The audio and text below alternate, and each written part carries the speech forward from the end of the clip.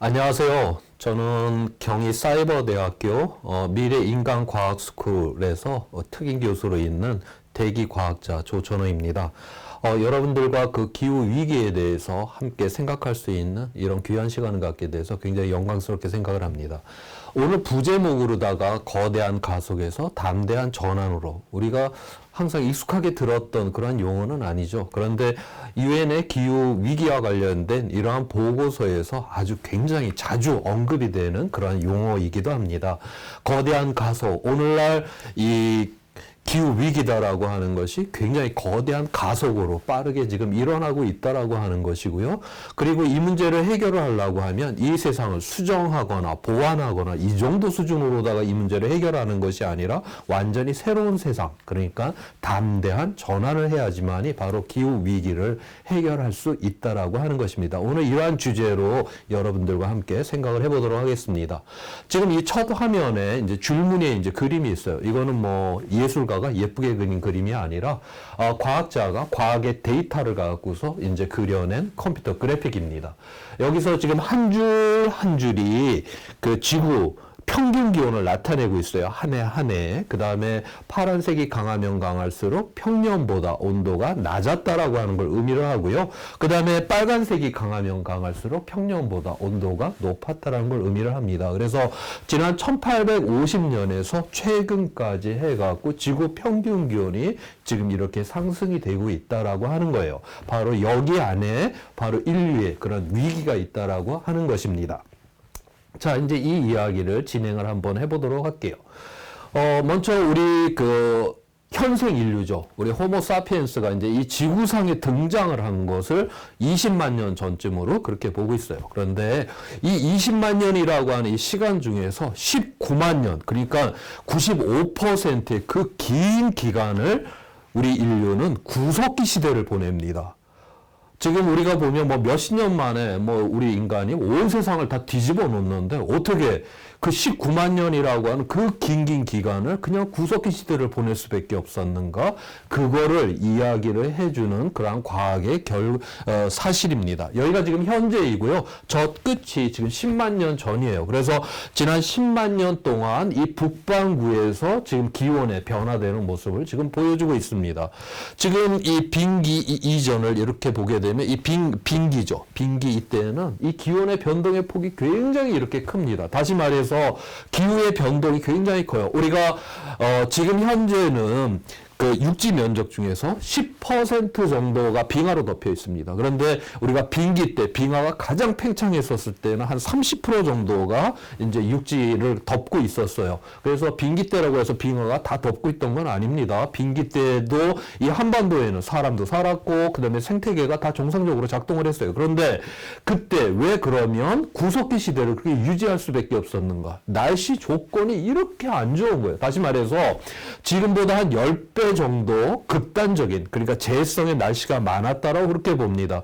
지금 태풍 같은 게 하나가 우리나라 1년에 이제 평야지대를 이렇게 지나가면 뭐 벼세우게 해갖고 한 해 추수가 겨우겨우 가능하죠. 그런데 만약에 태풍이 10개가 지나간다? 세상에 이러한 상황에서 어떤 인간도 농업을 하려고 하지를 않겠죠. 그건 뭐 쇠빠지게 고생해봤자 얻을 수 있는 게 없으니까요. 그래서 이렇게 극단적인 이러한 날씨들, 다시 말해서 농업이 불가능했던 날씨였기 때문에 이때에는 우리 인류의 조상들은 수렵, 채집을 하면서 구석기 시대를 보낼 수밖에 없었습니다.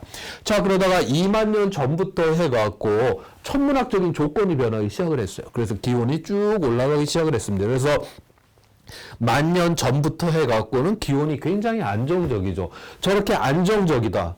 저 안정적인 기후 조건에서 바로 농업이 가능하게 된 겁니다. 그러니까 우리가 나달을 하나 심었는데 이게 가을이면 배갈이 열리는데 이게 설사 내가 태풍을 하나 얻어 맞는다 해도 60알, 70알은 그래도 내가 건질 수가 있다. 이 정도가 돼야지 우리는 농업을 할 수가 있는 것이거든요. 그래서 안정한 기후 조건, 다시 말해서 농업을 할 수 있는 이 기후 조건이라고 하는 게 바로 10,000년 전부터 시작이 되었다라고 하는 거예요. 그래서 우리가 10,000년 전에 이 시간축을 중심으로 해갖고 이 이전을 갖다가 지질시대 구분에 있어서는 빙기다라고 그렇게 부르고 있고, 이 이유를 간빙기다라고 하는데, 이 간빙기 때에는 사람이 살았잖아요. 그래서 우리가 그거를 홀로세라고 그렇게 부르기도 합니다. 다시 말해서 저 홀로세의 의미는 완전히 새로운 시대라고 하는 그런 의미를 갖습니다. 그래서 지질시대라고 하는 것이 과학적으로다가 이 만년 전을 중심으로 해서 빙기, 간빙기, 다시 말해서 홀로세라고 하는 것이고요. 우리가 역사에 있어서는 이 만년 전, 요 기점을 해서 이 이전을 구석기다라고 하고, 이 만년 이후부터 해서 신석기, 청동기, 철기, 그 다음에 오늘날의 이제 문명까지 바로 이 만년 이내에서 다 일어났던 것입니다. 자, 다시 말해서 지금 이 기후라고 하는 거, 오늘날의 이 문명이라고 하는 거는 바로 이렇게 안정적인 기후 조건, 다시 말해서 농업이 가능했던 기후 조건에서 바로 문명이 탄생할 수 있었다라고 하는 것이고, 이렇게 극단적인 날씨가 많이 발생을 하게 되면 바로 이 문명은 존재할 수가 없다라고 하는 것을 우리가 과거의 이런 역사, 과거의 이 기후 변화를 통해서 우리가 알 수가 있습니다. 오늘날은 이제 거대한 가속이 일어나고 있어요. 정말 경제, 사회가 엄청나게 지금 팽창을 하고 있잖아요. 그에 대한 이야기를 한번 해보고자 합니다. 이 그림은 1900년도에서 최근까지 해갖고, 여기 생물의 총량이라고 하는 거, 생물의 총량, 그러니까 식물, 동물, 그 다음에 이 지구상에 있는 뭐 곰팡이니 뭐니 살아있는 그 모든 것들의 무게를 우리가 생물의 총량이라고 하고, 1900년 이후 지금까지 해갖고 일정하게 그 양이 유지가 되고 있어. 생물의 총량은. 자, 그런데 인간이 만든 물질에는 여기 콘크리트, 뭐 자갈, 골재, 벽돌, 아스팔트, 금속, 그 다음에 플라스틱, 이러한 것들이죠. 자, 인간이 만든 물질이 1900년도에는 생물 총량의 3% 정도밖에 차지를 하고 있지 않았어요. 그런데 2000년도가 되니까 생물 총량의 한 절반 정도를 차지를 했습니다. 그런데 20년이 지난 지금 이게 생물 총량이 2배가 돼버린 거예요. 그래갖고 지금 현재는 인간이 만든 그 물질의 양이 지금 2배가 된 것입니다. 그래서 지금 생물의 총량하고 현재는 인간이 만든 이 물질의 양이 거의 비슷한 그러한 수준이 되어버렸습니다.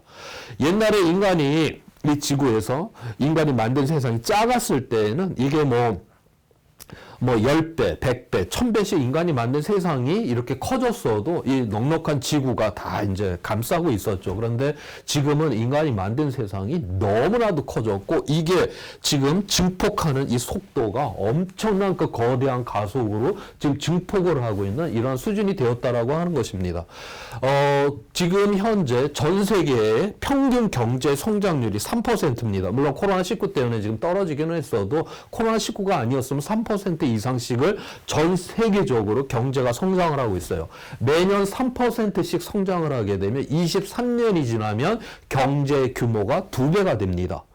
우리가 경제 규모가 2배가 됐다 이랬을 때 인간의 두뇌하고 인간의 근육의 힘만으로 이거는 되지가 않죠. 우리가 자원과 에너지를 그만큼 지구로부터 갖다가 써야 되는 것이고, 그 다음에 오염먼지, 온실가스, 그 다음에 그 쓰레기를 갖다 버려야지만이 그렇게 커다란 경제 규모가 2배가 되는 이런 세상을 만들 수가 있는 것입니다. 자, 이제 이런 식으로다가 지금 20년 만에 지금 2배가 됐고, 그럼 더 빠르게 이게 더 이제 커지게 되는데, 지금 이제 어떤 수준이냐, 지금 그게 우리가 생물 실험 시간에 유리 접시에다가 영양분을 집어넣고 미생물 한 마리를 집어넣어요. 한 마리가 2마리, 4마리, 8마리, 16마리, 32마리 막 이렇게 증식하는 거, 이렇게 기하급수적으로 증식하는, 즉 인간이 만든 물질의 양이 증식하듯이 이렇게 쫙 증가를 하는 지금 그러한 상태에 있습니다. 자, 그런데 그 유리 접시에 미생물이 절반을 채울 때까지는 시간이 제법 오래 걸립니다. 그런데 절반을 딱 채우고 난 다음에는 한 번만 더 증식을 하고 나면 유리 접시를 그 미생물이 꽉 채워요. 그 다음에 거기 있는 영양분을 쫙 빨아먹고 끝장나버립니다. 멸종을 해버리는 것이죠. 지금 현재 인간이 지금 내달리는 방식으로다가 이렇게 지금 내달렸다가는 바로 지구라고 하는 건 한계가 있잖아요. 바로 그 한계를 넘어서는 그 순간이 되었을 때 바로 인류의 문명이 붕괴가 될 것이다. 바로 이것이 오늘날의 지구 위기이고, 그 대표적인 것이 바로 기후 위기를 통해서 우리 앞에 지금 드러나고 있는 것입니다.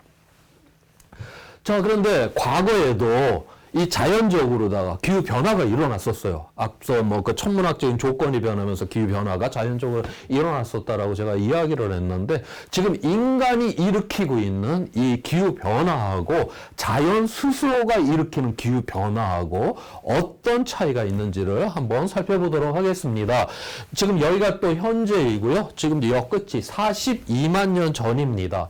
그래서 지난 한 100만 년 동안에는 10만 년이라고 하는 이런 주기를 통해서 이런 천문학적인 조건이 변하면서 이제 이렇게 9만 년 동안 기온이 쭉 떨어졌다가 1만 년 동안 기온이 올라갔다, 수천 년 동안 간빙기에 있다가 또 9만 년 동안 기온이 떨어졌다, 또 1만 년 동안 올라갔다, 수천 년 동안 간빙기에 있다. 아주 규칙적인 이러한 변화를 합니다. 이건 자연 스스로가 이렇게 규칙적인 이러한 변화가 있었습니다. 기온이 쭉 떨어질 때 이산화탄소 농도도 쭉 떨어지고, 기온이 상승할 때 이산화탄소 농도도 이렇게 이제 증가를 했었는데, 지금 현재 기준으로 마지막 빙기 때, 마지막 빙기에서 가장 추웠을 때가 바로 이제 2만 년 전이에요. 지금으로부터 2만 년 전인데, 이때 공기 중에 차지하고 있었던 이산화탄소의 농도의 양이 0.02%였습니다.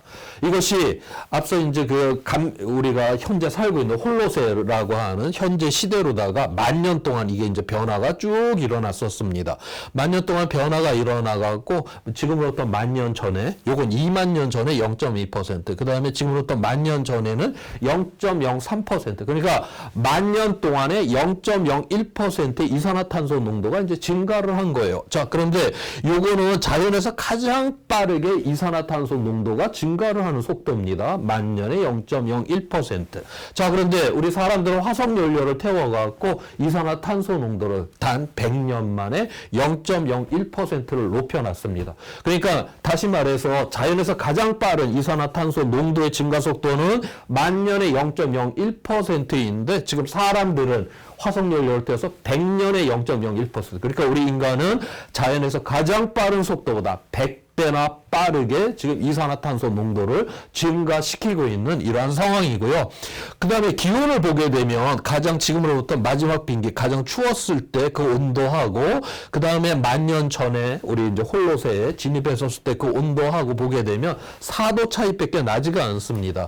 1만 년에 걸쳐서 4도가 상승하는 거, 이게 자연에서 가장 빠르게 기온이 상승하는 속도인데, 사람들은 지금 100년 만에 1도를 상승시켰습니다. 자그마치 25배나 빠르게 지금 기온을 상승시킨 거죠. 시속 100km로 고속도로 달리다가 지금 2,500km로 지금 날아가는 상황이에요. 고속도로에서 2,500km, 이건 곧 죽음을 의미를 하겠죠. 우리가 바깥에 있는 이러한 생태계들이라고 하는 거 대부분들은 9만 년 동안 기온이 쭉 떨어졌다, 1만 년 동안 기온이 올라갔다, 9만 년 동안 떨어졌다. 이건 뭐 사람도 마찬가지고, 이러한 어떤 자연적인 기후 변화를 다 견뎌냈던 이러한 어떤 생명들이에요. 그런데 지금 이 속도보다도 25배나 빠른 이 속도에, 지금 인간이 만든 이 속도에 약한 그러한 어떤 생명체들이 하나하나 지금 멸종이 되어가고 있는 그러한 상황입니다. 그래서 이러한 젠가 게임에서 벽돌 떼기 하듯이 지금 하나하나 그렇게 빠져나가고 있는 그러한 상황인데, 우리가 지난 5억 4천만 년 동안에 5번의 이제 대멸종 사건이 있었습니다.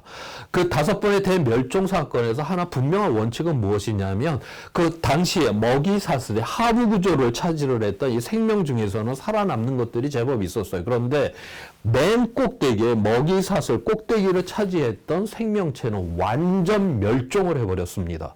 그러니까 이 먹이 사슬의 최정점을 차지한 이 생명체들은 이 생태계 전체가 이제 필요한 거예요. 그러다 보니까 이 생태계가 무너지게 되면 먹이 사슬 최정점에 있던 생명체는 완전 멸종을 하죠. 그래서 우리가 1억 년 전에 그 거대한 공룡 중에서 우리가 지금 살아서 만날 수 있는 게 단 한 마리도 없습니다. 그거는 당시 중생대 때 공룡이 먹이 사슬 제일 꼭대기를 차지했기 때문에 생태계 전체가 필요했던 거예요.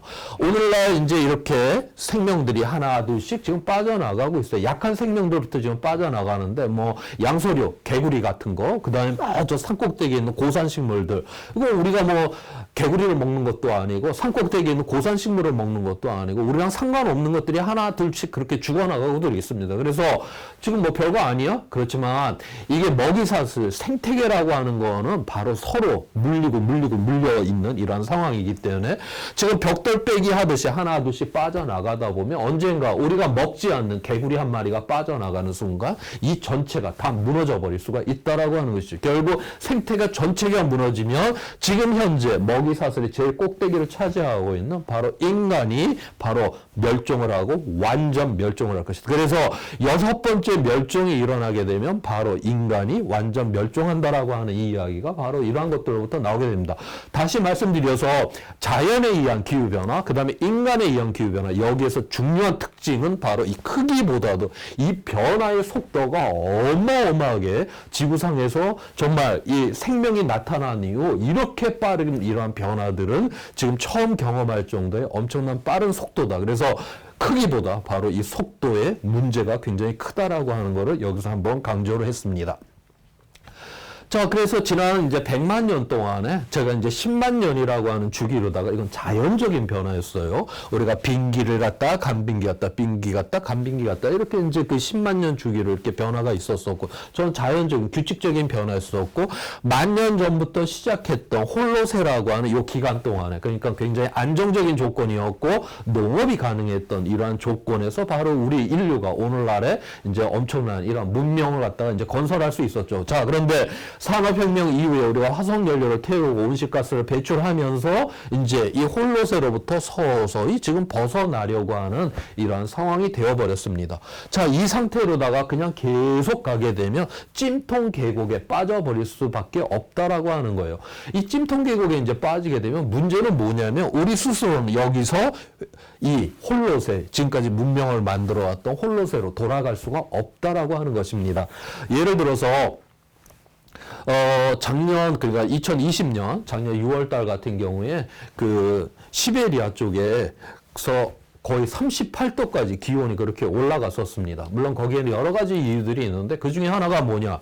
그 시베리아 그 지역은 원래 눈이 항상 덮여있던 지역이에요. 자, 그래서 예전에는 햇빛이 이렇게 들어왔다가 눈에 반사가 돼서 그 햇빛이 그냥 우주로 가버렸습니다. 자, 그런데 지금 지구 가열이 일어나고 있어요. 가열이 일어나고 있으니까 거기가 녹아버렸습니다. 그래서 흙이 드러났고 풀 같은 게 자란 거예요. 그러면 햇빛이 이제 들어왔다가 반짝거리는 눈에 반사가 돼서 우주로 햇빛이 가는 게 아니라 이제 햇빛이 지구에 흡수가 되겠죠. 태양 에너지가 지구에 흡수가 되니까 더욱더 많은 눈을 녹일 거고 그럼 더욱더 많은 토양이 드러나고 풀이 자라고 그러니까 더욱더 많은 햇빛을 받게 되겠죠. 이거는 사람이 온실가스 배출하는 거하고 아무 상관없이 지구 스스로 기온을 갖다가 지금 이렇게 계속 올라가는 그런 상황이 되게 되는 것입니다. 자, 그래서 이거는 이러한 것이 하나만 있는 것이 아니라 굉장히 여러 가지들이 굉장히 많이 있어요. 지구는 바로 이렇게 스스로 기온을 이제 증폭시킬 수 있다라고 하는 것이고요.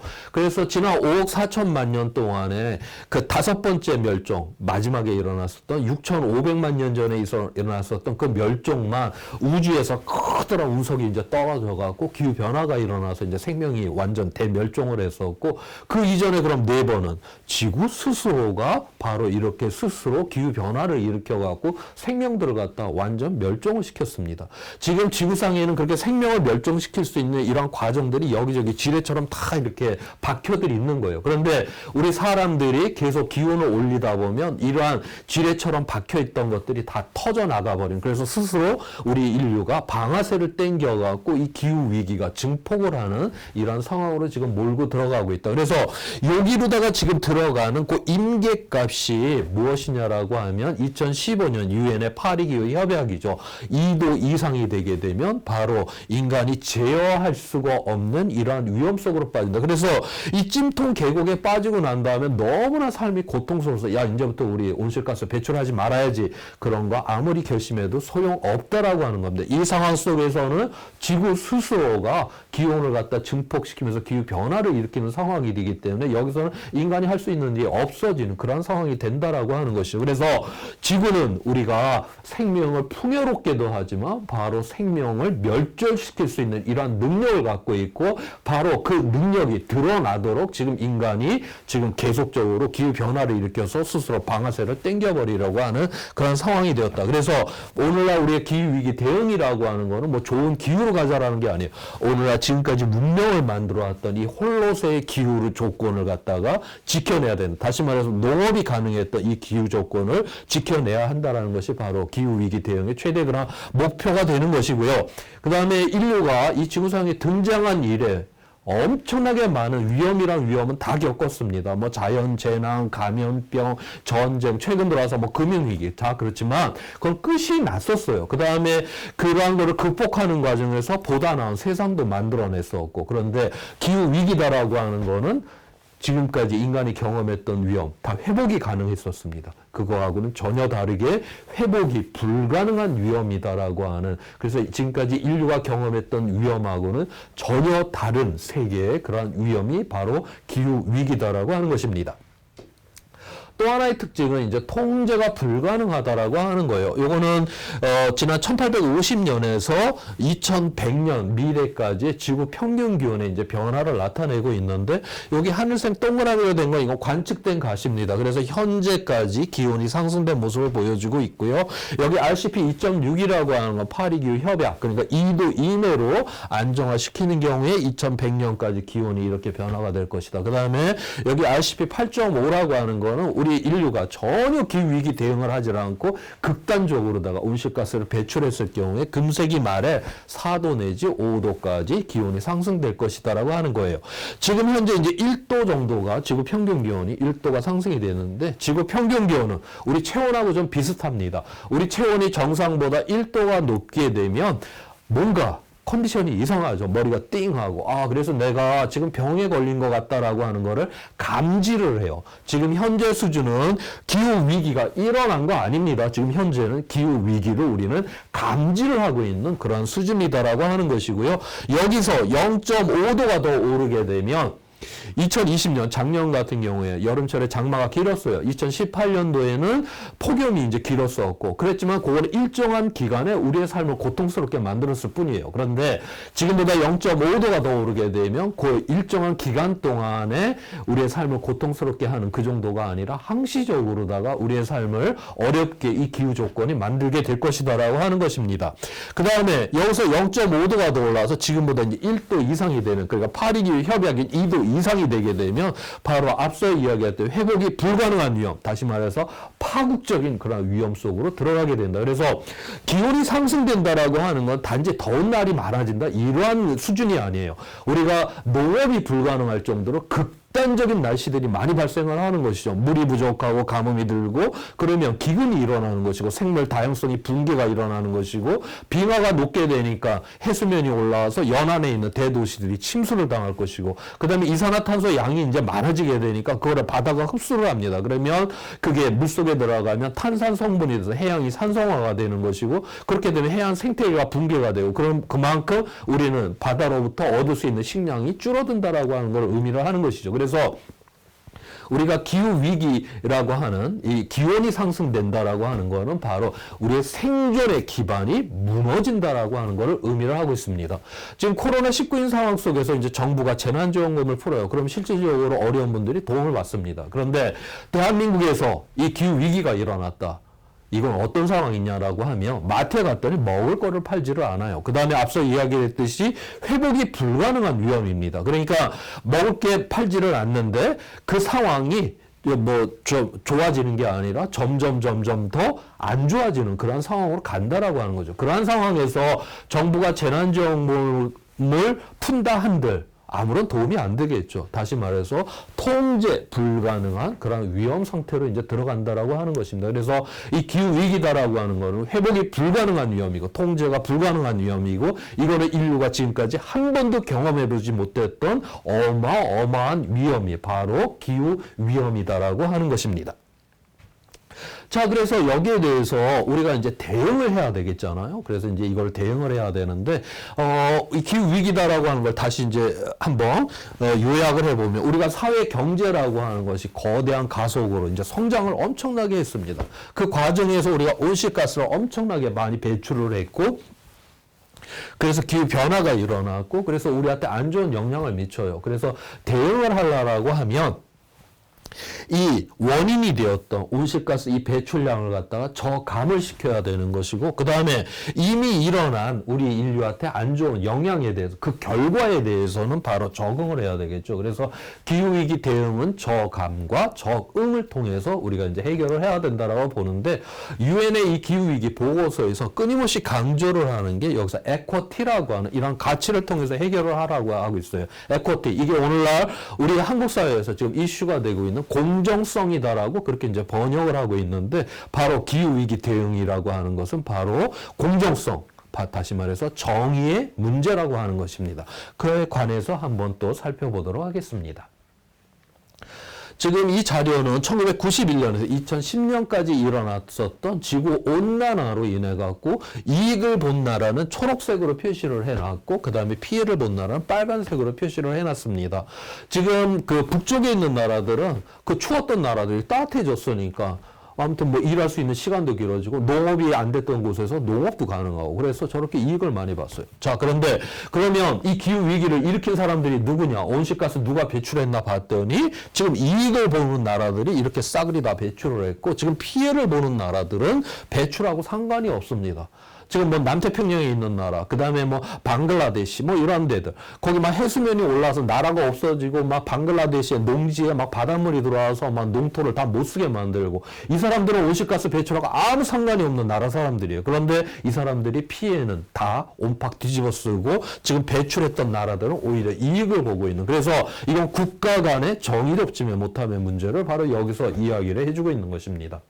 그 다음에 소득 간의 그 기후 정의의 문제가 있어요. 여기 까만색으로 지금 표시된 것은, 이거는 이제 1990년도에서 2015년까지 까만색이 상위 그 소득 수준 그 1%인 사람이고, 이 배출량을 나타내고 있습니다.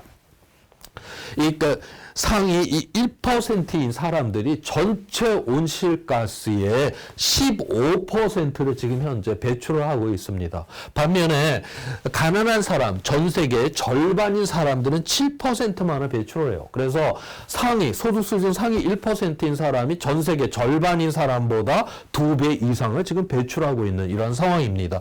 여기 회색 까지 포함을 하면 이게 상위 10% 소득 수준 상위 10%인 사람들인데, 이 사람들이 전체 온실가스의 52%를 지금 배출해요. 자, 그래서 이 상위 10%인 사람들이 이건 뭐 많이 줄이라는 게 아니라, 이 사람들이 유럽 사람 평균 수준으로만 좀 줄여줘도 내일 당장 3분의 1 정도가 줄어듭니다. 그래서 오히려 이 기후 위기라고 하는 거는 전 세계 문제죠. 그렇기 때문에 전 세계 사람들이 어깨를 걸고 함께 해결을 해야 돼요. 그렇다라고 해서 전 세계 사람들이 함께 줄이자 이렇게 이야기를 하면 이건 정의롭지 않은 것이죠. 책임져야 되는 사람 보고 책임지라라고 이야기하는 게 바로 그게 정의가 되겠죠. 바로 그러한 것을 여기서 이야기를 해주고 있습니다. 또 하나는 이 세대 간의 그 기후 정의의 문제가 또 걸려 있습니다. 이거는 그 출생 연도별로다가 지금 그 배출할 수 있는 이산화탄소의 양을 지금 나타내고 있습니다. 여기 하늘색은 1.5도를 막는 경우 이 출생 연도별로다가 배출할 수 있는 양이고요. 빨간색은 2도를 막는 경우에 배출할 수 있는 양입니다. 지금 뭐 1970년대, 60년대, 50년대 생들은 이만큼 지금까지 살아오면서 이만큼 다 배출해버렸어요. 이만큼 다 배출해버렸고, 그런데 지금 어린 세대들, 우리 어린 세대들 같은 경우는 1.5도를 막는다라고 하면 자기 할머니나 할아버지 이쪽 세대에 비해 갖고 6분의 1밖에 지금 배출을 할 수가 없습니다. 이것도 지금 상당히 지금 불리하죠. 그런데 물론 탄소 중립을 한다, 뭐 한다 하면서 뭐 요란스럽기는 해요. 그렇지만 아직까지 이렇게 실질적으로 구체적으로 무엇인가 줄이려고 하는 이러한 부분들은 아직까지 굉장히 약해 보입니다. 지금 한국 사회에서 얼마 전까지 미세먼지가 큰 이슈였죠. 미세먼지 같은 경우는 한번 배출이 되고 난 다음에 아무리 오래가는 미세먼지라 해도 햇빛하고 반응을 해서 5일 이상 가는 건 없습니다. 다시 말해서 미세먼지 문제는 바로 그냥 우리 세대의 문제로 끝나는 거예요. 그런데 온실가스는 한번 배출이 되고 나면 수백 년 동안 그냥 공기 중에 남아 있습니다. 그러니까 계속적으로 이 온실가스는 누적이 된다라고 하는 것이죠. 자, 그래서 지금 세대는 온실가스를 배출해서 굉장한 이 편익이 많아요. 우리가 뭐 자동차를 몰고 다니고 여행도 다니고 그 다음에 뭐 공장을 돌려서 좋은 옷도 입고 그래서 이산화탄소를 이렇게 배출하면서 엄청난 우리가 편익을 지금 누리고 있는 것입니다. 자, 그런데 우리의 어린 세대, 우리의 미래 세대는 지금 우리 세대가 누렸던 이러한 지금 우리가 배출했던 이 온실가스로 인한 아무런 편익이 없어요. 이 사람 우리의 미래 세대들은 지금 세대가 배출했던 이 온실가스로 인한 이 기후 위기라고 하는 이 누적된 이 위험을 그대로 감당을 해야 되고 이거를 처리를 해야 돼요. 그래서 이 기후 위기는 이거를 일으킨 세대하고 그 다음에 이 기후 위기를 감당해야 되고 그걸 처리를 해야 되는 세대가 틀리다라고 하는 세대 간의 정의롭지 못함의 문제가 있습니다. 다시 말씀드려서 기후 위기는 정의롭지 않은 세상 속에서 일어나는 것이고 기후 위기를 해결한다라고 하는 건 바로 정의로운 세상을 만들 때만이 바로 이 기후 위기는 해결할 수 있다라고 하는 것입니다. 지금 이제 앞서서 그 이제 기후 위기를 이제 대응을 하려면 우리가 원인에 대해서는 온실가스 자체를 저감을 해야 된다라고 했고, 그다음에 그 결과 영향에 대해서는 우리가 적응을 해야 된다라고 했는데 거기에 대해서 좀 더 한번 살펴보도록 하겠습니다.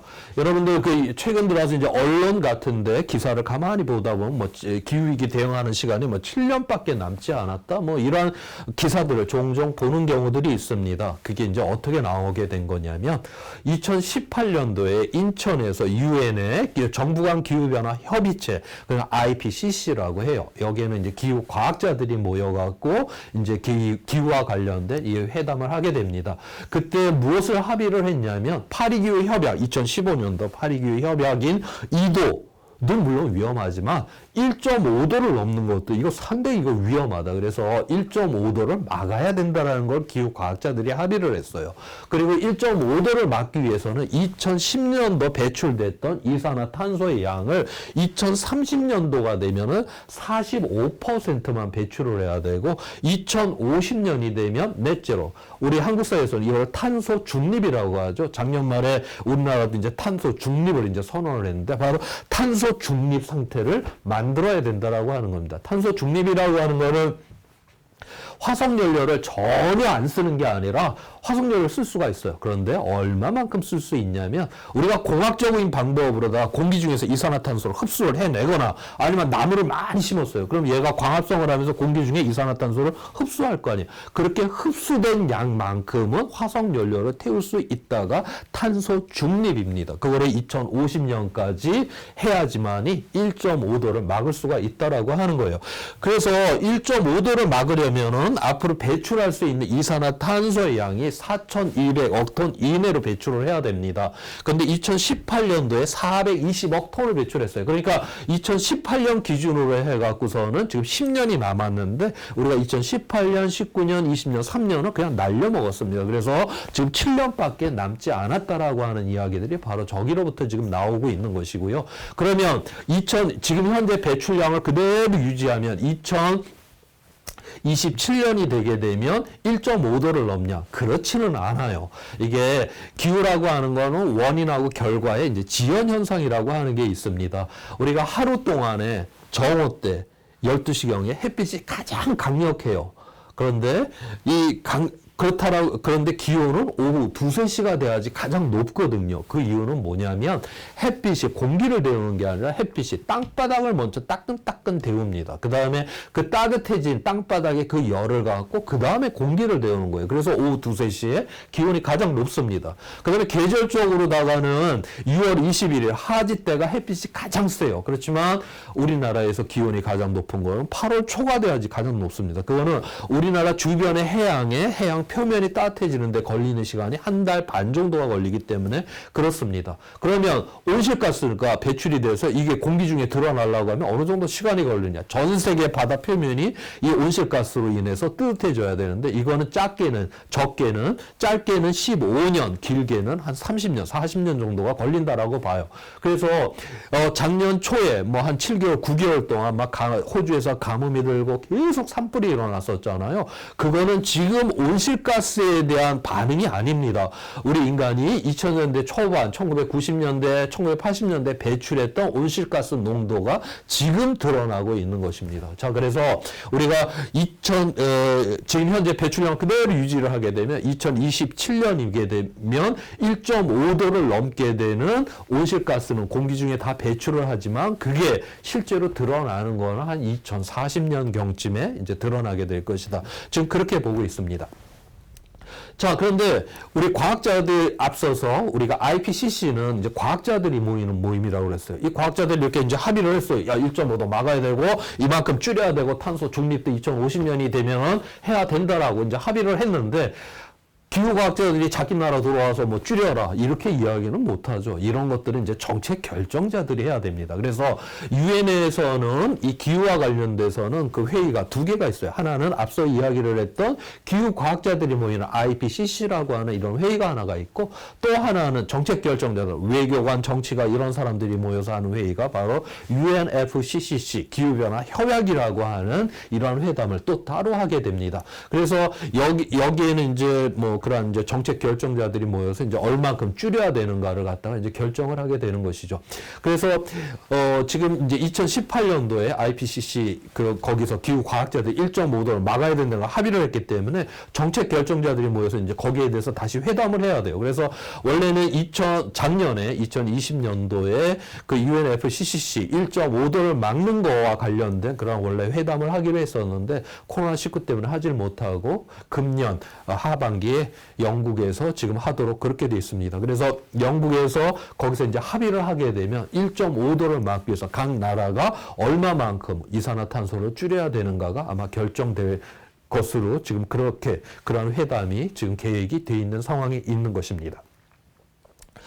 자, 오늘날 그래서 이제 앞서 보았듯이 이제 이 이산화탄소를 뭐 2030년 앞으로 10년 이내에 거의 막 70% 정도로 줄여야 되는 거예요. 지금 쓰고 있는 이산화탄소 그 온실 화석 연료 한 70%를 줄여야 되는 이런 상황인데 이게 말이 돼? 근데 실제로 서구 유럽을 중심으로 해갖고 이미 그러한 시스템들을 갖다가 이 친구들은 10년 전부터 굉장히 차분하게 준비들을 많이 해왔습니다. 자, 그래서 지금 이 발전 단가, 전력의 발전 단가를 보게 되면 10년 전 2009년도에 태양광이 가장 비싼 그런 에너지원이었습니다. 그런데 지난 10년 동안에 이 태양광 같은 경우는 가격이 89%가 떨어졌고 풍력 같은 경우는 70%가 떨어졌어요.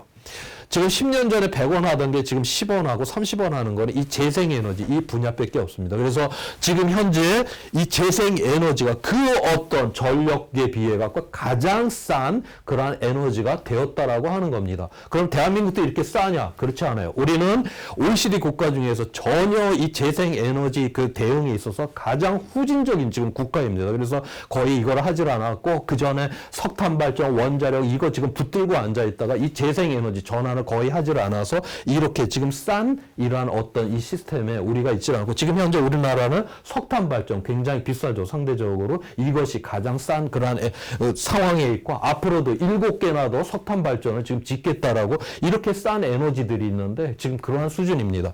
지금 2019년 기준으로 전 세계 신규 전력 에너지 중에서 재생 에너지가 차지하는 비중이 72%예요. 지금 대한민국이 뭔가 지금 전 세계 이 흐름에 맞지 않게 지금 가는 수준이고 작년 하반기부터 해서 뭐 탄소 중립을 한다 뭐 한다 하면서 이제 와갖고 놀래갖고 지금 쫓아가는 이런 수준에 있다. 그래서 지금 대한민국 기후 위기 이 자체보다도 오늘날 이 나라를 끌어가는 사람들이 이 위기를 제대로 인식을 못하는 이러한 상황이 더욱더 위기인 그런 상황이기도 합니다. 그 다음에 이제 일어났던 이 기후 위기에 대해 갖고 우리가 이제 거기에 대해서는 적응을 해야 된다라고 했는데 우리가 그린란드의 그 노르웨이 사람들이 그 이주를 했고 소멸했던 그런 사례를 통해서 이 적응과 관련된 이야기를 해보고자 합니다. 중세 때 한 서기 800년경에서 한 1300년 요때가 좀 따뜻했어요. 그래서 처음으로 유럽 사람, 노르웨이 사람들이 북극 쪽을 향해서 항해를 하기 시작을 했습니다. 그래서 AD 900년이 되게 되면 여기 고동색으로 칠해 놓은 게 이제 그 노르웨이 사람들이 처음으로 아이슬란드에 이제 들어가서 정착을 하기 시작을 했고요. AD 1100년이 되면 그린란드에 여기 고동색으로 칠해놨는데 이제 노르웨이 사람들이 그린란드에 들어가서 이제 살게 되었어요. 그린란드, 녹색의 땅이라고 하는 말이 바로 저 때 만들어진 겁니다. 그래서 그린란드 그 연안에 따뜻했기 때문에 연안에 풀들이 막 자란 거예요. 그래서 거기서 목축을 하면서 살게 되었습니다. AD 1500년이 되게 되면 중세 소빙하기가 이제 들어왔어요. 굉장히 이제 추운 그런 상황이 되었는데 그때 보니까 이 그린란드에서 그 고등석으로 칠해놓은 이 노르웨이 사람들은 완전히 소멸하고 없고 이 북미 대륙에서 이 에스키모 계열 사람들이 넘어 들어와서 이렇게 번성을 하고 있는 모습을 보여주고 있습니다. 500년 전이라 해도 유럽의 문명이 에스키모의 문명보다 월등히 우수하죠. 그런데 월등히 우수한데 이게 저렇게 소빙하기라고 하는 이런 상황 속에서 자기의 그런 월등한 문명, 그러니까 과거의 성공적인 그런 삶의 방식을 유지하려고 했던 거예요. 이 당시에 노르웨이 사람들이. 지금 추워져 갖고 풀이 안 자라요. 여기서 목축을 계속한다? 이건 굶어 죽겠다라고 하는 소리고요. 예를 들어서 그 여성들은 유럽의 관습은 치마를 입죠. 저 추위에 그런 치마가 별 그렇게 추위를 막는데 도움도 안 돼요. 그래서 모든 자기네들의 그 유럽의 그런 우수했다라고 하는 그런 문명, 관습이라고 하는 게 바로 저 소빙하기에서는 아무짝에 생존하는데 도움이 안 되고 오히려 생존 자체를 짓밟아버리는 그러한 요소로만 작용을 했다라고 하는 것입니다. 결국 그래서 이 유럽 사람들, 노르웨이 사람들은 그린란드에서 소빙하기 때 완전 소멸을 해버리게 됩니다. 반면에 이 에스키모 계열 사람들은 더욱더 소빙하기 때 오히려 번성을 하게 되는 것이죠. 번성. 보더니 뭐 바닷속을 봤더니 뭐 바다 표범이 빠글빠글한 거예요. 그래서 그거 잡아먹고 그 가죽으로 옷 입고, 옷에 입고, 그 다음에 그 가죽으로 배도 만들어갖고, 그 다음에 고래도 한 마리 잡아다 고래 기름 태워가면서 오히려 이렇게 번성을 합니다. 자, 그래서 우리가 적응이다라고 하는 거, 이 변화에 적응을 한다라고 하는 거는 과거의 성공적인 방식이 결코 생존을 보장하지 않는다. 변화에 맞게 우리가 그러한 어떤 변화를 일으킬 때만이 바로 우리가 이 지속성을 가질 수 있다라고 하는 게 바로 과거 그린란드, 노르웨이 사람들의 이주와 소멸을 통해서 우리가 배워야 하는 것이 되는 것입니다. 자, 그래서 그렇게 되면 이렇게 해갖고 이제 적응과 저감에 대한 이야기를 했고요. 그러면 개인이 무엇을 하면 가장 많이 이산화탄소를 줄일 수가 있는가? 그거를 한번 살펴보도록 하겠습니다. 여기 뭐 사람이 없는 경우 가장 많이 줄겠죠. 지금 현재 전 세계에 78억 명이 살고 있고 1년이면은 8천만 명씩 지금 늘어나고 있어요. 오늘 저녁에 22만 명분의 식사를 더 준비를 해야 되고 지금 그 정도로 지금 인구가 엄청나게 증가를 합니다. 그래서 육상 위에 있는 척추 동물 중에서 지금 인간이 차지하는 비중이 32%예요. 그 다음에 사람이 잡아먹으려고 키우고 있는 가축이 67%, 야생은 1%밖에 없습니다. 그래서 지금 현재 이 지구 전체 그 생태계로 보았을 때 지금 인간이 너무 많다라고 하는 것이 그래서 인구는 줄어야 된다. 지금 한국에서 지금 이제 뭐 출산율이 떨어져서 문제인 거는 너무 급격하게 이제 줄기 때문에 문제이기는 하지만 전체적으로 지금 줄여야만 하는 것이 지금 현재 야만 하는 그런 상황이다라고 하는 것이고요. 그 다음에 개인이 뭐 일회용품을 안 쓴다거나 LED 뭐 전구로 바꾼다라든가 이런 것들이 상대적으로 그렇게 이산화탄소를 줄이는데 별 도움이 안 됩니다. 상대적으로 적습니다. 그런데 여기 보면 채식을 하게 되면 상대적으로 굉장히 커요. 이 이유는 뭐냐면 우리가 고기를 먹는다라고 하면 우리가 그 고기를 얻기 위해 갖고 예를 들어서 곡식을 갖다가 그 가축한테 10kg를 먹여야지 살을 갖다 1kg 정도를 얻을 수가 있어요. 그래서 우리가 고기를 먹게 되면 10분의 1로다가 그 양이 줄어들게 되는 것입니다. 그만큼 우리가 고기를 먹는다라고 하면 농지를 그만큼 더 많이 써야 되는 것이고 그만큼 10사람이 나눠 먹을 수 있는 거를 한 사람이 먹게 되는 것이고 그래서 우리가 가급적이면 이 채식이라고 하는 게 굉장히 중요하다. 농업이라고 하는 게 보면 막 농가 밭에 막 이렇게 그 식물들이 자라는 거니까 이산화탄소를 흡수해서 이게 이산화탄소 흡수원 아니야? 결코 그렇지 않습니다. 오늘날 농업이 그렇게 햇빛하고 농부의 근육의 힘으로 짓는 게 아니죠. 지금 뭐 농작 기계가 계속 돌고 저장, 보관, 운송, 그 다음에 비료, 농약 이 모든 것들이 화석 연료를 때려 부어갖고서 지금 하는 게 바로 지금 농업인 것입니다. 그래서 우리가 밥 한 공기를 먹을 때 거기에 햇빛과 농부의 근육의 힘은 한 10%고 90%는 우리가 이제 그 화석 연료다라고 이제 그렇게까지도 이제 볼 정도로 농업은 중요한 굉장히 큰 온실가스 그 배출원입니다. 그래서 에너지 생산 다음으로다가 농업에서 이 온실가스가 가장 많이 배출되는 원입니다. 그래서 우리가 이 채식을 하게 되면 이산화탄소를 줄일 수 있는 이러한 범주가 많다라고 하는 것이죠. 자, 그래서 사람들이 뭐 LED 전구도 받고 일용품도 안 쓰고 뭐 채식까지 해가면서 엄청나게 이제 줄여놨어요. 자, 그런데 보니까 대륙을 넘는 비행 여행, 그러니까 우리가 저기 미국을 한번 갔다 온다든가, 우리가 한국 사람이 여기서 유럽을 한번 갔다 온다든가 이렇게 되게 되면 이게 앞에서 이렇게 열심히 이제 그렇게 줄여놓는다 해도 한 방에 다 날려먹는다라고, 그만큼 이게 배출량이 많다라고 하는 거죠. 거의 뭐 자동차 1년 동안 모는 거하고 그 대륙을 건너가는 비행기 여행을 하는 거하고 거의 맞먹을 정도로 그렇게 많은 온실가스가 이게 배출이 됩니다. 제가 이 이야기를 하는 이유는 바로 인간이 개인으로 따지게 되면 자기 모순성을 벗어나기가 굉장히 어렵다라고 하는 거예요. 이렇게 애쓰는 이러한 마음들, 저게 자기의 불편함을 감수하면서 애를 썼어도 이렇게 여행 한번 하고 나오면 말짱 도루묵이 돼버린다라고 하는 것이죠. 자, 심지어 그렇고 해외 여행, 비행기 여행까지 안 했어요. 그렇게까지 해가면서 개인이 무지무지 많이 줄여놨습니다. 자, 그렇다 해도 그렇게 개인이 그렇게 애를 써서 여행도 안 하고 채식도 하고 해서 다 줄여놨는데 정부가 어디다가 석탄 발전소를 하나 떡 줘버렸다. 그러면 전 시민이 그렇게 애써서 줄여놓은 거를 한 방에 다 날려 먹습니다. 또 개인은 그렇게 또 무력하기도 해요. 그래서 그렇다라고 해갖고 우리가 이렇게 애쓰는 이러한 마음들을 포기해야 되느냐? 그렇지는 않죠. 우리가 저러한 애쓰는 마음들, 저거는 굉장히 선한 마음들이고 공동체를 위해서 자기의 불편함을 감수를 해가면서 애쓰는 마음들은 굉장히 중요해요. 그런데 기후 위기라고 하는 건 저러한 개인의 노력만으로 다 되지는 않는다. 왜냐하면 자기 모순성과 우리가 자기의 개인의 그런 무력성을 우리 스스로가 극복하기 굉장히 어렵습니다. 다시 말해서 우리는 연대를 해야 되는 것이고, 그러한 연대를 통해서 이 기후 위기와 관련된 법을 만들어낼 수 있는 의원들을 뽑아내야 되는 것이고, 기후 위기 이거를 집행을 해내는 우리가 시장, 도지사, 뭐 아무튼 대통령을 뽑아내는 이러한 새로운 세상을 만드는 것까지 밀고 가야지만이 바로 이 기후 위기 대응은 가능하다. 그래서 우리가 이러한 개인의 이러한 어떤 선한 마음들, 저런 어떤 윤리적 증폭기라고 하는 것이 물론 정치 자체에 문제가 많기는 하지만 그래도 우리가 이러한 정치를 통해서 실현할 수밖에 없다라고 하는 것입니다. 그래서 궁극적으로다 이러한 개인의 이러한 노력들, 이것만으로다가 이것만 열심히 하면 좋은 사람은 되지만 좋은 사회는 못 만들고 기후위기 대응도 안 돼요. 그래서 우리는 꼭 연대를 해서 바로 정치적인 이러한 거를 드러내고 바로 이러한 상황 속에서만이 바로 기후위기 대응이 가능하다라고 하는 것입니다.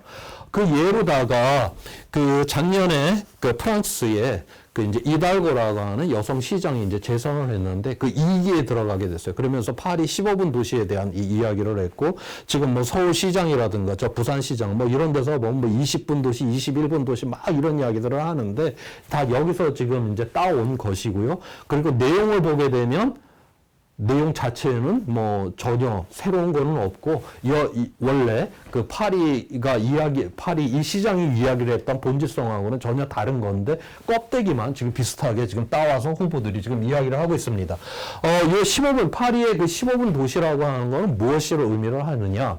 우리 인간이라고 하는 게 20분 이상을 20분 이내를 걸어서 간다라고 하면 그거를 그냥 걸어갔다 오지 이러한 생각을 품게 되잖아요. 20분을 넘게 되면 차를 끌고 갈까 이제 생각을 하게 되는데, 그래서 이 15분이라고 하는 이 범주 안에서 걸어서 자전거를 타고 우리가 뭐 학교도 가고 장도 보고 그다음에 도서관도 가고 보건소도 가고 할 수 있는 이 모든 것들을 15분 이내에 이러한 파리를 갖다 소도심의 이러한 구조로다가 그렇게 재완성을 시키겠다라고 하는 것이고요. 그다음에 또 하나는 여기 지금 이게 파리 시내 지도인데 여기 녹색으로 표시된 게 그 자전거 직통 도로입니다. 저거를 하기 위해 갖고 이 시장이 그 작년에 선거 전에서 뭐를 이야기를 했냐면 파리 중심부에 있는 그 주차장이 한 9만 개가 있다라고 해요. 그 중에서 6만 개를 없애버리겠다라고 했습니다. 저 자전거 도로를 제대로 이제 뚫기 위해 갖고. 자, 그러다 보니까 파리 시내로다가 차를 끌고 갈 수밖에 없는 사람들이 당연히 있겠죠. 그 사람들이 엄청난 저항을 하고 문제가 많다라고 이야기를 했지만 파리 시민이 저런 자전거 도로를 뚫고 그다음에 주차장 6만 개 없애라고 하는 사람을 지금 시장으로 지금 뽑아놨습니다. 자, 그래서 우리가 이게 자전거 도로가 이게 완벽하게만 돼 있으면 우리가 천천히 몰아도 1시간이면 10km 이상을 갑니다. 우리가 도심에서 자전거 갖고 충분히 우리가 생활이 가능한 것이에요. 자, 그리고 이 사람이 2기가 끝났을 때에는 자기 자가용을 끌고 파리 시내를 동해서 서로다가 돌파를 하는 일이 없게 만들겠다. 이제 시내를 들어올라라고 하면 걸어 들어가거나 자전거 타거나 대중교통을 이용하는 이 방법밖에 없다라고 하는 것이에요. 자, 바로 이러한 세상을 이제 만들겠다라고 했는데, 우리나라 사람들이 뭐 유럽 같은데 좋은 뭐 괜찮은 도시 한번 갔다 온 다음에 하는 말들이 있어요. 그 도심을 이렇게 돌아다니다 보면 거기서는 차가 사람을 피해 다니는데 우리나라는 사람이 차를 피해 다녀야 된다. 유럽의 도시의 중심은 사람 중심으로 만들어 놨기 때문에 거기에 법이 그렇고 그런 거를 집행할 수 있는 시장을 뽑아 놨기 때문에 그런 도시에서 사는 거예요. 대한민국에서 우리가 차를 피해 다니고 모든 도시의 중심이 차를 중심으로 배치를 해놨잖아요. 그렇기 때문에 우리는 차를 피해 다니면서 이렇게 아무튼 힘들게 그렇게 사는 그런 구조를 만들어 놨습니다. 우리가 그렇게 보다 나은 세상을 만들고자 한다라고 하면 바로 이렇게 법을 바꾸고 그걸 집행을 할 수 있는 바로 선출직 공무원을 뽑아낼 때만이 바로 우리가 이 기후위기 대응이 가능한 것이고 보다 나은 세상을 만들어낼 수 있다라고 하는 것입니다.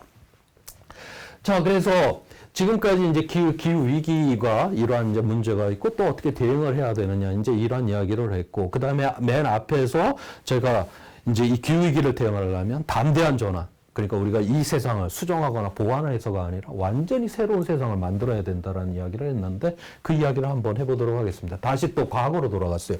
여기가 지금 현재이고요. 여기가 1만 년 전, 그러니까 1만 년 전, 1만 년 동안에 바로 홀로세, 농업이 가능했던 그러한 이제 기후 조건이었다라고 했고, 바로 이 조건 하에서 오늘날의 이제 문명까지 우리가 건설을 할 수가 있었던 것이죠. 자, 그런데 이 1만 년이라고 하는 이 기간 동안에 농업이 가능했다라고는 했지만, 문명을 만들었다고 했지만, 이 안에서도 끊임없는 자연 재난들이 있었잖아요. 기후 변화라는 게 자연적인 또 기후 변화가 있었습니다. 그래서 길게는 1000년이 넘게, 짧게는 뭐 수백 년 동안 이런 기후 변화들이 있었고, 하나하나에 따라가고서 이런 자연적인 기후 변화에 따라서 인간의 역사가 이제 드라마틱하게 이제 변했습니다. 이 중에서 가장 이 홀로세 이 기간 동안에 인류한테 가장 고통스러웠던 그 두 기간이 있습니다. 그 두 기간에 우리의 조상들은 이 세상을 어떻게 바꾸어냈는가 그 이야기를 한번 해보고자 합니다. 첫 번째는 기원전 8세기에서 기원전 3세기까지인데 까지이고요. 그 다음에 또 하나는 뭐 여러분들 잘 알고 있지만 우리가 중세 소빙하기라고 하는, 그러니까 요거는 한 14세기에서 18세기 한 400년 동안 일어났었던 그 기간입니다. 요 두 기간에 농업 생산량이 워낙 기후 조건이 안 좋았기 때문에 농업 생산량이 뚝 떨어집니다. 사람들이 엄청나게 배가 고팠던 시절이에요. 바로 요 두 시절에 어떠했냐. 먼저 요 시대 기원전 8세기에서 3세기 요거를 뭐 추계 시대라고 그렇게 이제 사회과학에서 이제 하기도 하는데, 요때는 이제 워낙 기후 조건이 안 좋아서 농업 생산량이 뚝 떨어지게 되니까 당시에 이 민족의 이동이 굉장히 심하게 됩니다. 먹을 게 없는 상황에서 민족이 이동을 했어요. 그럼 서로 만나게 되겠죠. 그러면 이건 전쟁이 벌어지는 거예요. 그 다음에 이 당시에는 철기를 이제 보편적으로 이용을 했던 시기입니다. 그러니까 전쟁이 한번 붙어버리게 되면 철기를 이용하고 막 마차가 막 돌고 하니까 대량 학살이 일어나요. 안 그래도 먹을 것도 없고, 그래서 이주를 해야 되고, 그 이주를 하다 보니까 다른 민족과 전쟁을 벌이고 대량 학살이 일어나고 굉장히 비참한 이러한 시절이었죠.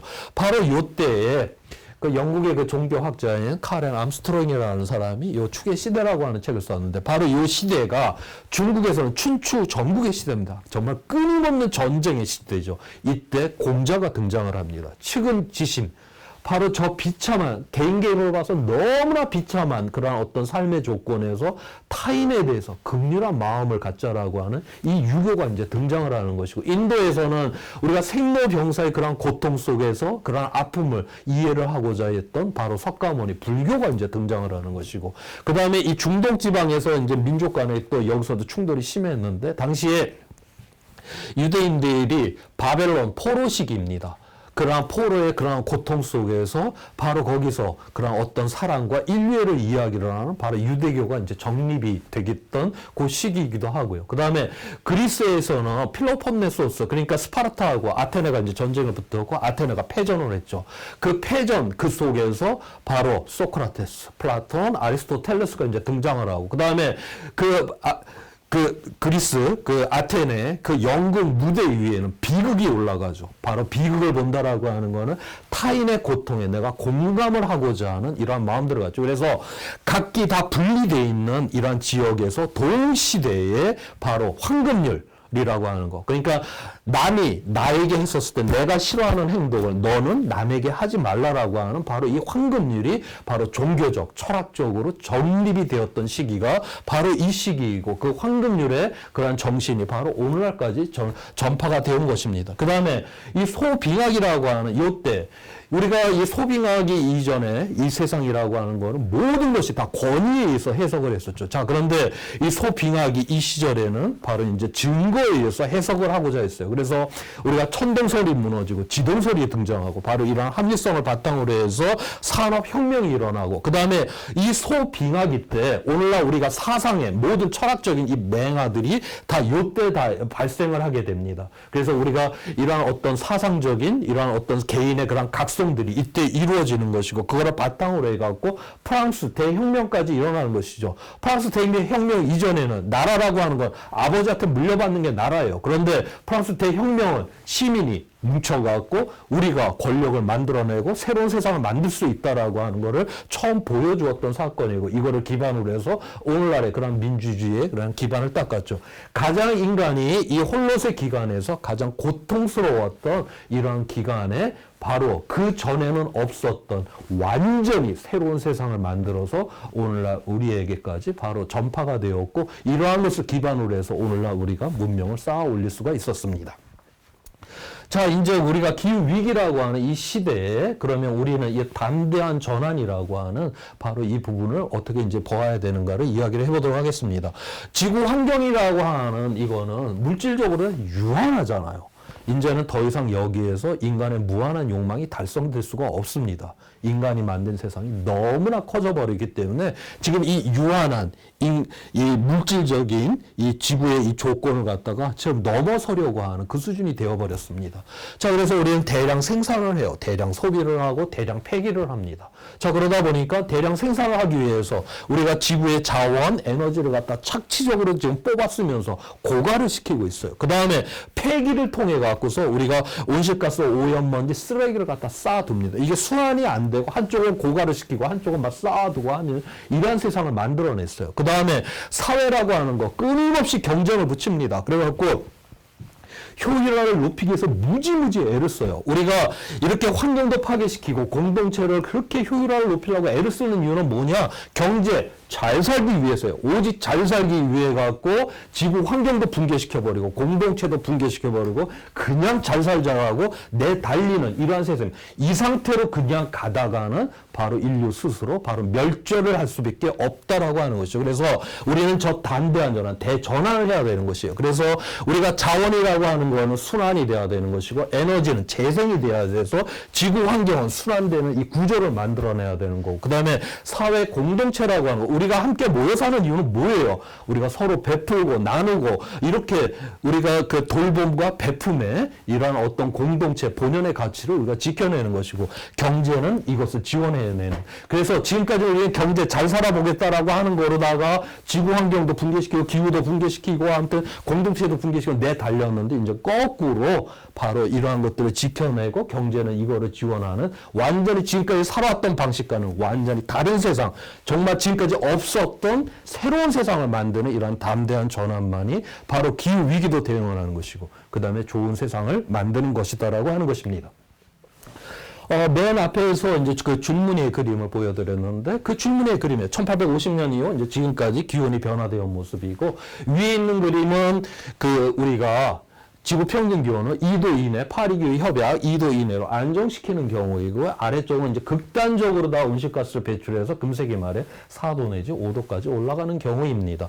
자, 미래의 기후라고 하는 게 갈라져요. 자, 미래 기후는 자연이 결정하지 않습니다. 인간이 어떤 세상을 만드냐에 따라서 미래의 기후가 결정이 된다라고 하는 것이고, 지금 현재 배출량을 그대로 유지를 하게 되다 보면 금세기 중반이면 2도 이상을 넘게 됩니다.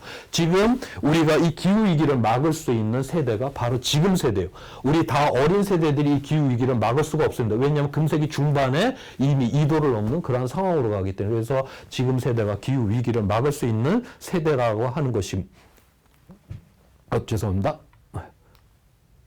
막을 수 있는 세대이고, 바로 거기에 따른 그만큼 우리의 책임성이 큰 세대가 바로 지금 세대라고 하는 것을 이야기를 하면서 오늘 저의 기후 이야기를 마치도록 하겠습니다. 긴 시간 잘 들으셔서 고맙습니다. 지금 미리 이제 기후 위기와 관련된 이제 질문이 있었어요. 그래갖고 거기에 대해서 제가 하나하나 이 질문을 갖다가 읽어드리고 한번 설명을 해보도록 하겠습니다. 먼저 신주인님께서 기후 조작을 하는 나라들이 있는데 그거를 어떻게 보시나요?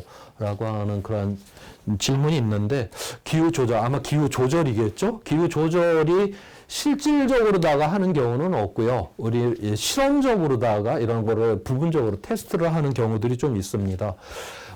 이게 지구 이제 공학이라고 부르기도 하고, 뭐 기후 공학이다라고 이제 그렇게 부르는데, 우리가 이런 공학적인 방법, 이제 기술적인 방법으로 과연 이제 이 지구를 갖다, 이러한 문제를 갖다 해결할 수 있느냐. 물론 아직까지 우리가 기술이라든가 이런 거로다가 해결할 수 있냐라고 하는 거기에 있어서 그 가능성을 갖다가 닿지는 않는데, 아직까지는 그렇게 실용적으로다가 쓸 수 있는 그러한 방법은 아직까지 없습니다. 우리가 예를 들어 갖고 1.5도를 막기 위해서 보통 이제 앞서 이야기를 했던 IPCC 이제 유엔에서 그렇게 이제 뭘 이제 하고자 1.5도로다가 막자 그렇게 이제 이야기를 하고 나면 거기에 따라서 이제 지구 공학적인 방법들이 어떤 것들이 있다 이런 것들을 제시를 해요. 1.5도를 막기 위해 갖고 가장 이제 대표적으로 제시됐던 게 이제 바이오 에너지를 이용한 그 탄소의 포집 저장이었습니다. 이거는 어떤 방법이냐면, 그러니까 사탕수수를 막 심습니다. 심으면은 사탕수수가 막 자라는 과정에서 공기 중에 있는 이산화탄소를 흡수하겠죠. 그 다음에 사탕수수를 그 자리에서 걷어요. 그래갖고 알코올로 발효를 시켜갖고 발전소를 돌립니다. 그러면 전력을 얻겠죠. 공장 굴뚝에서 나오는 이산화탄소를 포집을 해갖고 땅에다가 묻어버립니다. 그러면 이산화탄소, 공기 중에 있는 이산화탄소도 줄이는 것이고 전력도 얻고, 그래서 이산화탄소도 줄이고 전력도 얻는 뭐 정말 꽁 먹고 알 먹고 하는 이러한 방법이죠. 이러한 간단한 이런 실험 시설이 진짜 잘 작동도 합니다. 그런데 이거를 실용화시킨다는 건 거의 불가능해요. 왜냐하면은 이러한 방법으로 1.5도를 막으려고 하면 그에 필요한 그 사탕수수밭이 필요할 거 아니에요. 그 면적이 자그마치 호주 면적이 필요합니다. 그러면 호주 면적이 필요하다라고 하는 건 기존의 경작지에다가 사탕수수를 심겠다라고 하는 건 누구 보고 굶어 죽으라는 소리고요. 그 다음에 아마존을 그렇다고 싸그리 다 불태운다라고 하면 생태계를 그만큼 붕괴시키겠다라고 하는 것이고, 이런 식으로다가 지금까지 나와 있던 이런 기후 공학적인 이러한 방법들은 여러 가지 현실적인 문제들이 있어서 아직까지는 현실화되고 있지 않다, 그렇게 보고 있습니다. 두 번째로다가 성민아님께서 선진국과 후진국 각 나라마다 기후위기 현상들은 어떻게 일어나고 거기에 미치는 영향들이 어떤 것이 있나요? 요거는 제가 아까 기후 정의를 이야기를 하게 되면서 대체로 지금 기후 위기를 일으켰던 선진국들은 좀 이익을 보는 그러한 구조들이고, 그 다음에 지금 온실가스 배출하고 상관없는 이러한 후진적인 나라들, 이러한 나라들이 이 피해는 다 감당하라고 있는 굉장히 정의롭지 못한 세상이라고는 이야기를 앞서 제가 했었죠. 그 다음에 세 번째, 이윤진님께서 어릴 적에는 사계절 변화가 뚜렷했는데 지금은 여름과 초겨울이 길고 매서운 겨울이 사라진 것 같은데 실제 변화되는 건가요? 라고 했는데요. 지금 봄하고 지난 한 100년 동안에 우리나라에서 이제 이 사계절을 분석을 해보게 되면 봄, 가을의 그 길이는 거의 좀 변화가 없고요. 여름철이 한 달 정도가 늘고 그만큼 겨울철이 한 달 정도가 지금 줄어들어 있는 그러한 상황입니다. 그 다음에 네 번째로다가 유화영님께서 이제 이야기를 하는 거는 굉장히 이제 질문이 길기는 한데 간단하게 이야기를 하면 우리가 이제 개인이 할 수 있는 거 뭐 분리수거를 하고 뭐 이러한 것들이 실제로다가 이제 어떠한 도움이 되느냐라고 하는 질문을 했는데 앞서 이야기를 했듯이 우리가 이러한 마음을 갖는 거, 그 분리수거 다 귀찮은 거죠. 그렇지만 그걸 하려고 하는 거는 굉장히 귀중한 마음들이에요. 그렇지만 그것만 갖고서는 기후 위기는 해결하기가 어렵다. 이건 근본적으로 기후 위기다라고 하는 건 오늘날 문명이라고 하는 이 자체가 화석 연료를 기반으로 한 문명이잖아요. 그렇기 때문에 이건 세상을 바꿔내지를 않으면 해결할 수가 없는 문제이기 때문에 그렇습니다. 그래서 우리가 이러한 선한 마음들이 이러한 윤리적 증폭기, 다시 말해서 정치적으로다가 드러날 때만이, 그래서 새로운 세상을 만들어낼 때만이 해결할 수 있다라고 제가 앞서 이야기를 드렸었습니다. 다섯 번째로다가 함윤숙님께서 코로나19가 기후위기에 미치는 영향과 해결 방법은 뭘까요? 코로나19로다가 지금 뭐 여러 가지 뭐 비행기도 많이 안 돌고 교통도 줄어들고 뭐 공장도 좀 들고 해서 이산화탄소 양이 좀 줄기는 했잖아요. 배출량이 준 거예요. 그렇다라고 해갖고 앞서 이야기를 했듯이 이거는 배출이 준다라고 해갖고서 얘는 한번 나오면 누적이 된다라고 했잖아요. 그런데 지금 보통 우리가 작년 같은 경우에 전체적으로 한 5% 정도 배출량이 줄었다. 그래도 95%는 나온 거 아닙니까? 이거는 누적이 돼서 그래서 지금 현재 기후 위기는 이 코로나19인 상황 속에서도 훨씬 더 지금 가중이 되고 있다. 왜냐하면은 아예 배출이 안 돼야지 이게 이제 더 이상 이제 문제가 안 되는 것이 배출이 조금만 1%라만 돼도 기후 위기는 축적이 되는 것이기 때문에 누적성을 갖고 있기 때문에 점점점 심각해지는 그런 상황으로 간다라고 그렇게 보고 있습니다. 그 다음에 여섯 번째로 이기준님께서 올해 들어 유독 한파가 자주 오면 눈이 왜 자주 내리는지요? 라고는 이런 했는데 지금 현재 우리가 온난화, 지구가 가열이 되고 있다라고 하는데 한파가 들어올 땐 제법 세게 들어옵니다. 지금 뭐 미국 같은 데에서도 보게 되면 한파가 막 텍사스까지 들어와 갖고 막 난리가 지금 나 있는 상황인데 지금 이거는 이제 우리가 어떻게 이해를 하냐면 첫 번째로다가 온실가스가 대기 중에 배출이 됐다라고 하면 이 대기 입장에서는 충격을 받는 거예요. 우리가 진자 운동을 이렇게 하는데 옆에서 충격을 딱 주면 진폭이 이렇게 커지잖아요. 그래서 이 공기 중에 온실가스가 많이 배출을 하게 되면 이 기후의 변화의 변동의 폭이 커지게 됩니다. 그래서 이 온도의 변화의 폭도 이제 커지게 돼요. 폭이 커지다 보니까 극단적인 날씨들이 이제 자주 발생을 하게 되는 이러한 상황이 이제 되게 되는 것이죠. 그래서 우리가 온도 자체는 물론 전체적으로 보면 높아지는 쪽으로 가지만 이 변동의 폭이 크다 보니까 한파가 들어올 때는 제법 세게 들어오는 이러한 특징을 갖습니다. 이건 이제 제가 아주 일반적인 이러한 설명이고요. 요걸 약간 좀 더 과학적으로 설명을 드리면은 이 북반구 같은 데는 제트기류라고 하는 게 굉장히 세게 이렇게 돕니다. 이게 바람이 세게 돌면 어떠한 효과가 있냐면 우리가 여름철에 시내 복판에 가게 되면 에어 커튼이라고 하죠. 그 가게 문을 활짝 열어놓고 가게 위에서 아래쪽으로 센 바람을 이렇게 내리꽂습니다. 문을 열어놓은 상황에서 그 가게 안쪽은 에어컨을 세게 틀어놓고 바깥쪽은 굉장히 무덥죠. 그런데 그 문 위에서 세게 바람을 내리꽂으면 안쪽에 있는 공기하고 바깥쪽에 있는 공기가 서로 이렇게 차단이 되는 이런 효과가 있습니다. 제트기류가 그런 효과를 원래 갖고 있어요. 제트기류가 그런 효과로다가 북극의 공기를 완전히 이렇게 이제 고립되게 만들어 놨는데 지금 기후 변화가 일어나게 되면 이 제트기류가 약화가 됩니다. 약화가 되니까 결국 그 에어커튼 여름철에 그 가게 문 위에서 아래쪽으로 세게 내리는 이 바람이 이제 제트기류라고 보면 되는데 이게 약해졌다. 그러면 안쪽에 있던 바람이 바깥쪽으로 나갈 거 아니에요. 자, 그래서 북극 쪽에 있는 이 바람이 이 제트기류가 약하게 되니까 남쪽으로 내려올 수가 있습니다. 물론 북극 쪽에 온도가 많이 올라갔어요. 그렇지만은 우리 온대지방에 사는 사람들이 봤을 때 북극의 공기가 들어온다? 이거 엄청난 한파입니다. 바로 그러한 식으로다가 우리가 이 기후 온난화의 이 시대에 지구가 가열되는 시대에도 바로 이렇게 한파를 온대지방에서 경험하는 이유가 바로 그러한 이유 때문입니다. 그 다음에 일곱 번째로 하행란님께서 기후변화를 이겨낼 수 있는 우리의 실천 방안, 요거는 제가 앞서서 우리가 개인이 그렇게 노력도 해야 되고 그러한 감수성을 갖는 건 무척 중요하지만 우리가 연대를 해가고 이 세상을 바꿔내야 될 때만이 바로 기후위기는 해결할 수 있다라고 제가 그렇게 말씀드렸고요.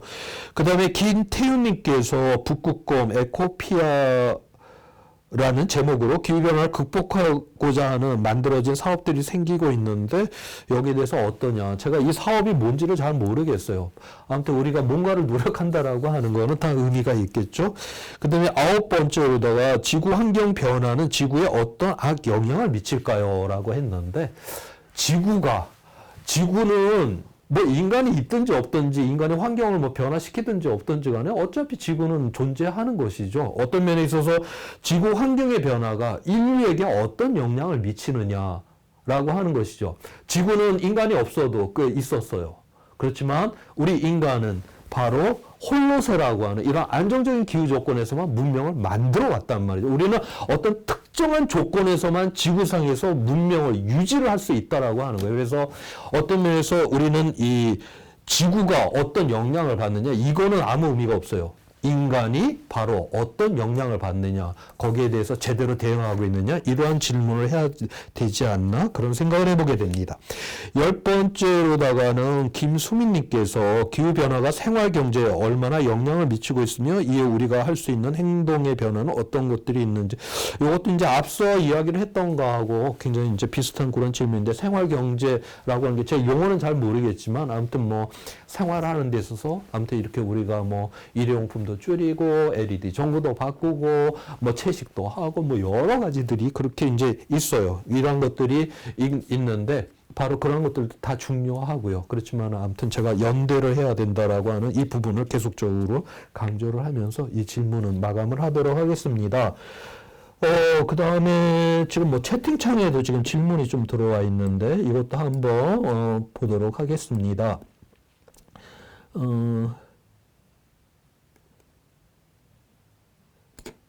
지금 미국 한파 뭐 이러면서 지금 이게 우리나라 좀 보수적인 언론들이 좀 문제가 많은데 이게 뭐 재생에너지 문제다라고 자꾸 이야기를 했었고 그러는데 실제로다가 뭐 가스 발전이니 원자력이니 이런 것들이 다 셧다운이 된 것들이거든요. 그래갖고 지금 이제 물론 풍력 발전이 그게 이제 텍사스 같은 데는 워낙 이제 더운 지역이니까 여기는 그 추운 거를 대비를 한 그 가열 시스템을 갖고 있지는 않았어요. 그래서 이제 몇 가지가 이제 그렇게 붕괴가 된 경우는 있기는 했지만 실질적으로 다 전력 전체를 이제 공급을 했던 큰 시스템들, 원자력이니 이런 가스 발전이니 이러한 것들이 다 셧다운이 되면서 이제 궁극적으로 일어났던 그런 문제다라고 그렇게 보고 있고요. 그다음에 부산에 비행장을 만들지 말아야겠네요라고 김기수님께서 그렇게 이야기를 해주셨는데 제가 이 문제는 제가 잘 모르겠어요. 실제로 이게 이제 어떠한 효과가 있는 것인지 지금 전체적으로 전 세계적으로 아까 이제 그 비행기라고 하는 것이 그 비행기 자체에서 나오는 이제 온실가스가 이제 많다라고 하는 것이 있고, 그 다음에 또 하나는 뭐냐면 이 비행기가 그 온실가스가 나오는 그 양만큼 그 이상으로다 어떤 문제를 일으키냐면 비행기가 가면서 이제 그 비행기 그 엔진에서 나오는 그 구름을 이제 우리가 그걸 비행운이라고 하는데 우리가 하층에 우리가 이제 구름이 낮은 쪽에 이렇게 끼는 구름들은 그거는 그 햇빛을 갖다 막기 때문에 온도를 떨구는 효과가 있는데 한 10km 저 위쪽에 있는 그 구름들은 그 얼음 덩어리로 되어 있습니다. 그래서 그거는 햇빛은 통과를 시켜요. 그런데 지구로부터 이제 들어온 열만큼은 반드시 태양의 에너지만큼은 반드시 우주로 빠져나가야 됩니다. 안 그러면 지그지그 끓겠죠. 그런데 이게 우주로 빠져나가려고 할 때 그 얼음으로 된 그 구름들은 못 빠져나가게 막아버려요. 그래서 우리가 저 상층에 끼어 있는 이 구름들은 이 온난화 효과를 갖다가 훨씬 더 증폭시킵니다. 그래서 그러한 이제 온난화 효과까지 이제 포함을 해갖고 한 5% 정도가 이제 아까 항공 때문에 일어난다라고 지금 그렇게 보고 있어요. 그래서 우리가 앞으로 이러한 이제 코로나19 이러한 것들을 통해 갖고서 좀 더 이러한 부분들에 대해서는 좀 더 한번 우리가 지혜롭게 좀 생각을 해보아야 되지 않겠나. 제가 요 정도밖에는 대답하기가 좀 어렵겠네요. 예.